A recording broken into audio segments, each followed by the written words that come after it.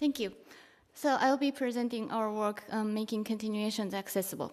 So this is joint work with my collaborator in Sweden, Filip, and our PhD student, Kazuki. So continuations are an important concept for students and programmers to master. So if you open a major textbook on programming languages, you typically see topics such as CPS and CoCC covered. And also, a lot of programming languages nowadays provide support for programming with continuations, so people have more opportunities to use or see continuations. However, in existing languages, continuations are not supported in a very beginner-friendly way. So let's consider this Racket program that uses the shift and reset operators to manipulate a continuation.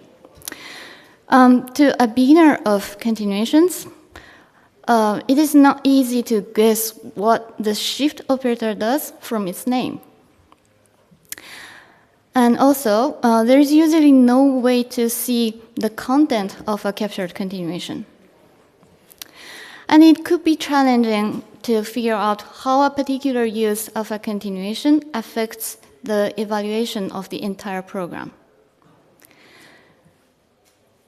And to provide a better learning experience, we are developing Pyret-cont, an educational language for learners of continuations. As the name suggests, Pyret-cont is an extension of Pyret, which is a functional scripting language designed for introductory computing courses. We picked Pyret as the basis of our language because Pyret has a familiar Python-like syntax, and it can be used as an untyped language, and it also comes with a web editor that works on the browser. And we extended the Pyret language with constructs for manipulating continuations, and we extended the Pyret web editor with step evaluation functionality. So let me give you more details of our extensions. In Pyret-cont, we provide 3 kinds of continuation constructs. The first one is grab and delimit, which behave the same as what is called shift 0 and reset 0 in the literature. And then we have send and run, which are a minor modification of fcontrol and run supported in Racket. And we have algebraic effects and handlers. So the grab and delimit operators literally grabs and delimits a continuation. So here we are using these operators to simulate a read-only effect. And since we are calling the read function in the context something plus 2, this captured continuation k will be something plus 2 surrounded by a delimit operator. Okay, so the program will evaluate to 3. And the send and run operators have the similar functionality with grab and delimit, but its syntax is closer to exceptions and their handlers. So the send operator sends a signal to capture a continuation, and the run operator handles that signal by providing a continuation. So in this case, we're using this send operator in the context something plus 2. So again, the continuation is plus 2 surrounded by the original run expression. And algebraic effects and handlers can be thought of as a version of send and run with a more convenient user interface. So on the left, we are defining the reader effect, which has the read operation taking in no arguments. And on the right, we are handling the read operation with a handler that interprets the read operation as resuming the continuation with 1. So, as before, this captured continuation k includes the addition and the original handler. So these are the three continuation constructs we provide in Pyret-cont. And to help learners understand the behavior of these constructs, we augmented the Pyret editor with a stepper. The stepper shows all the evaluation steps of the program, just like Dr. Racket's algebraic stepper. So in the case of this example here, the stepper shows the read function expands to a grab operator. And then this grab operator grabs a continuation represented as a lambda expression. So those curly braces represent a lambda in Pyret, and the $sign is the input of the continuation. And then this continuation call is treated just like a function call, and then when the body of the delimit becomes a value, the delimit operator disappears. Okay. So that's our Pyret-cont language. And using Pyret-cont, we taught a graduate course on programming language theory. The course consisted of 14 lectures covering CPS, grab, delimit, send, run, and effect handlers in this order. And last year, the course was attended by 55 students. Most of them were familiar with Python and Scala, and 11 of them had no prior experience with functional programming languages. In the middle of the course, we investigated students' perceptions of our three kinds of continuation constructs. Specifically, we asked the students to tell us how easy it is to understand and use the three continuation constructs. So let's look at the students' responses on the ease of understanding. There seems to be no clear winner here, but we can see that the distribution of students' responses for grab and delimit is more even than the other two. And we presume that this is due to the unique syntax of grab and delimit and the fact that the grab and delimit were introduced first in the course. And when we looked at the reason behind students' responses, we saw students saying that when using grab and delimit, we can reason about program in a local way because the use of the continuation is written in the capture side.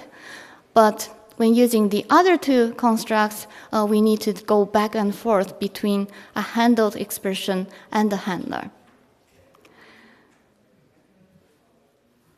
And next, we look at the students' responses on the ease of use. This time, effect handlers seem to have received slightly more positive responses. And the reason, the main reason is that effect handlers have a high-level syntax and it's easy to read, whereas grab and delimit and send and run are a little bit too primitive. And based on these results, we can conclude that different continuation constructs are suitable for different purposes. Like grab and delimit are suitable when the focus is on understanding the behavior of programs that manipulate continuations because they allow local reasoning. On the other hand, effect handlers are suitable when the focus is on building interesting programs that uses continuations because it's easier to program with them. In the same week, we also collected students' opinions on existing languages that has support for continuations. And to do this, we prepared an assignment where students were asked to write a non-deterministic program in 3 languages. And these 3 languages include OchaCamel, which is an ML-style language with shift and reset operators, and Racket, which is a Lisp-style language with fcontrol and run, and Effect, which is a Scala-like language with effect handlers. And then we asked the students to report what they liked and didn't like about the three languages compared to Pyret-cont. So let's begin with the students' comments on OchaCamel. Many students liked the concise ML-style syntax, but they had different opinions about the syntax of function application that uses spaces rather than parentheses and commas. And students generally didn't like the names shift and reset as much as our names, grab and delimit. Next, we look at students' comments on Racket. Not surprisingly, many students, or almost all students, didn't like the parentheses and the prefix notation. And in Racket, the handler of a run operator is written as a lambda expression, and we had both positive and negative comments about that. So some students said it's good to reuse some existing syntax, but other students said the lambda expression makes the handler harder to read. And again, the students didn't like the keywords fcontrol and percent as much as our keywords send and run. Okay, now we look at the comments on effect. So the effect language received most positive comments. And that is probably because effect is close to Scala, and many students were already familiar with Scala. Interestingly, many students mentioned that they liked the use of curly braces as block delimiters. And in effect, we use the resume keyword to call a continuation and do keyword to call an operation. And among them, students liked the resume keyword because it's descriptive, but they had different thoughts about the do keyword. So for some students, they found it beneficial to distinguish between function calls and operation calls, but for other students, this do keywords doesn't mean anything special, so maybe it's not worth writing it. Based on students' comments, we can derive some design principles for a good continuation language. First, we should design the syntax so that the language looks close to conventional languages. And in particular, the syntax of application and block delimiters is very important. And second, we need to use descriptive keywords for continuation constructs so that students can immediately see which construct does what.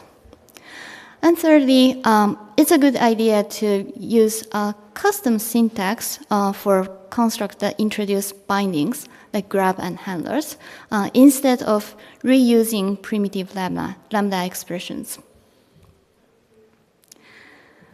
At the end of the course, we asked the students to share their overall experience with Pyret-cont through anonymous survey.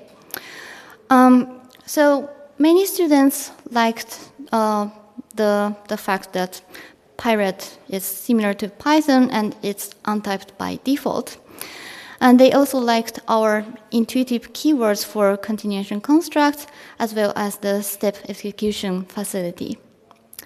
On the other hand, we received some negative comments on the Pyret original syntax, which requires the end keyword for each block and the spaces before and after binary operators.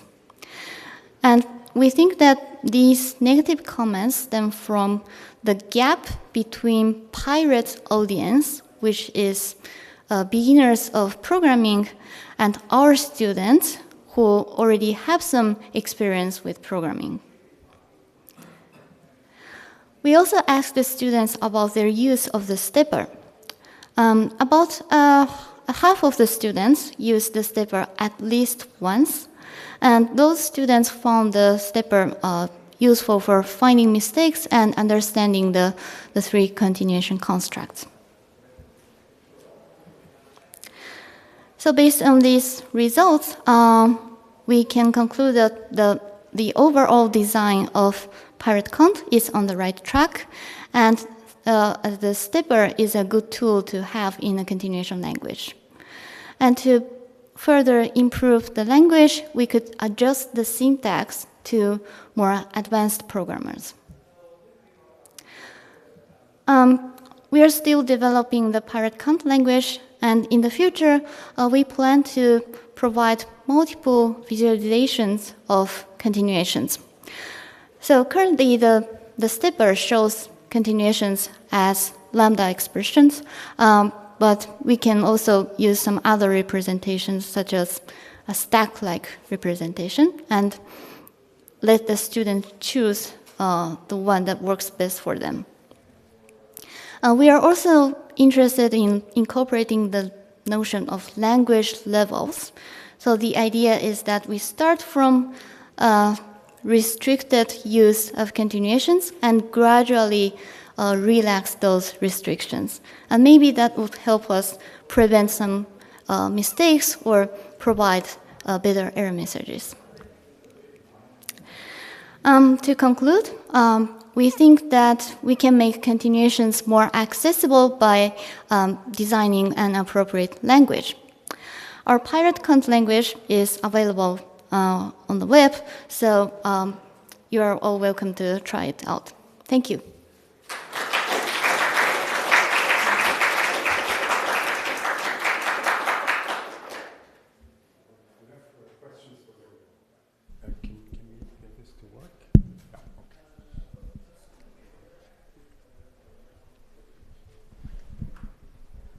So at the beginning, you had a poll on which style of continuations students liked best, right?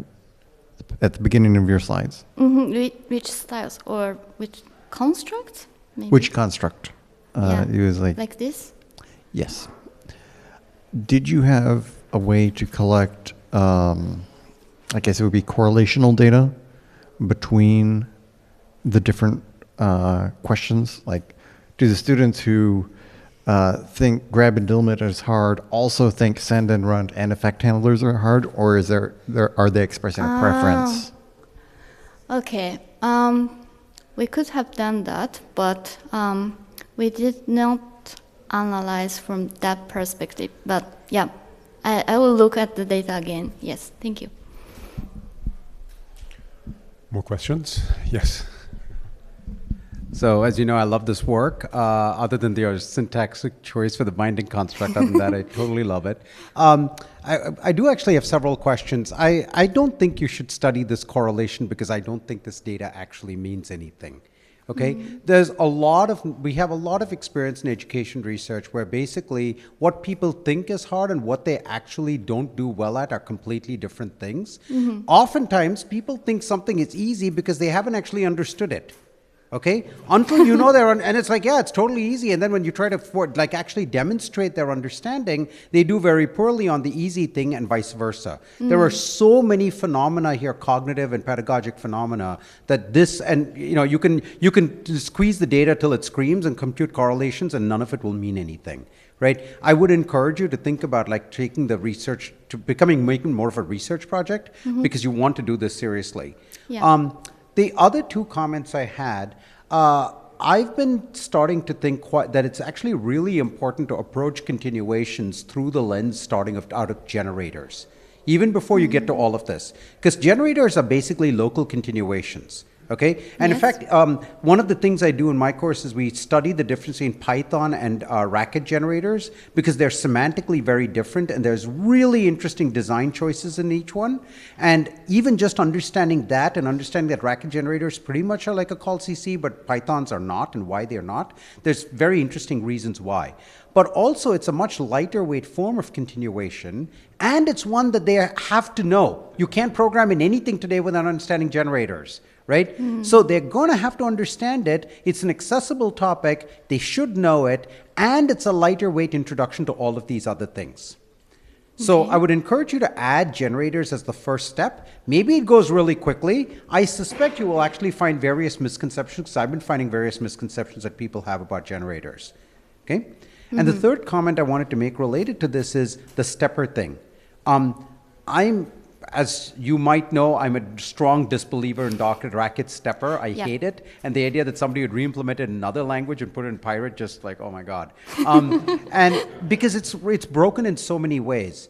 And we've got a stepper that basically uses local, the two things that are broken are, one is it has the global evaluation context. And so anytime you write a larger computation, you get penalized for it. Because the context just grows bigger and bigger and bigger. Right. If you ever use any data, you get penalized for it because of substitution. But we don't need either of these things. We can use local evaluation contexts and environments. And now all of a sudden, like I have like undergraduates who are never going to take a grad programming language class, who have no trouble with evaluation context just with those two small changes. So if you're interested, happy to show you some ideas and data on that. Thank you. All right. Yeah, I know. That's great. Great talk.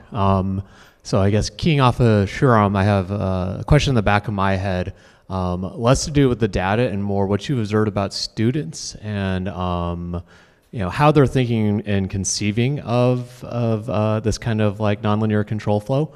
And so in the ed literature, we have something called a notional machine, which is how people think of kind of what? Yes. Okay, so I guess my question then for you is, do you explicitly use the stepper as kind of the teaching notional machine in the class? Is it an explicit kind of connection point, or is it, is there and so I guess my ultimate question is really, is there a disconnect between how students perceive how continuations work and then perhaps how the stepper is the official way you want them to sort of think about it? Yeah. So in the course, we just use the stepper for the first few lectures. So this is not like the notional machine for continuations, but we did actually not survey, but an activity where students were asked to visualize a certain continuation. And it's a completely free-form question.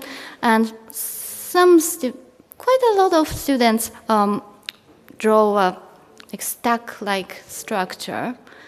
And we also had some more fancy visualizations I can show you later if you're interested. But I think the stack representation could work well, especially for those students who are familiar with the low-level coding stuff. Yes.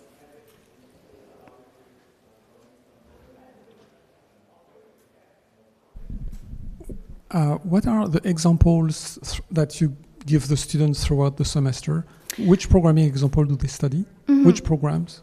So we started from exceptions, and then non-determinism, like binary choice. And then we actually did the generator example. And lastly, state. Yes, these examples.